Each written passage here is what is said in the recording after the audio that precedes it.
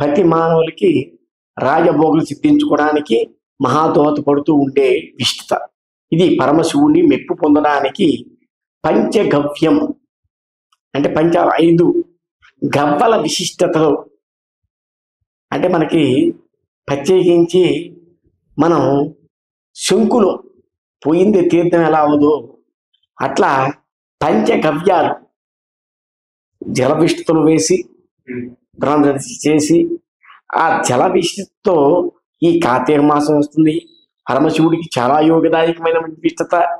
అట్లాగే ఆ గవ్యంతో పరమశివుడికి అభిషేకం చేసిన వారు రాజభోగాలు అంటే ఎలాగైనా రాజులు రాజభోగం అనిపించేవాళ్ళు అంటాం కదా, ఆ భోగ విశిష్టత కూడా మనకి మంచి దోహదాయకంగా పనిచేసే విశిష్టత ఈ పంచగవ్య విశిష్టత.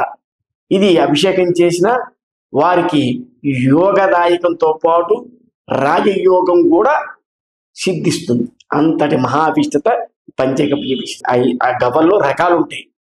పంచగవ్యం అంటే 5 రకాల గవ్వలతో. అంటే గవ్వలమ్మ తల్లి, వారణాసిలో గవ్వలమ్మ తల్లి పరమశివుని చెల్లి ఎవరు? సోదరి ఆ గవ్వలమ్మ తల్లి. ఆ విశిష్టతగా పంచగవ్య విశిష్టత. ఆ గవ్యంతో అభిషేకం చేసిన చెల్లి అంటే తోడబుట్టిన చెల్లి ఎంత మహాప్రవృత్తి చేస్తుందో ఈ అభిషేకం చేసిన వారింట్లో కూడా రాజభోగాల విశిష్టత సిద్ధిస్తూ ఉంటుంది.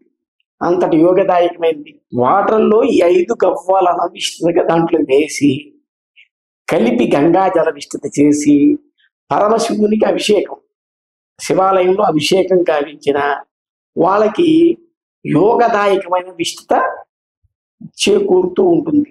అది పంచగవ్య విశిష్టత అంటారు. దాన్ని గవ్వలమ్మ తల్లి సోదరి అనమాట. అందుకని పరమశివుడికి విశిష్టమైనది.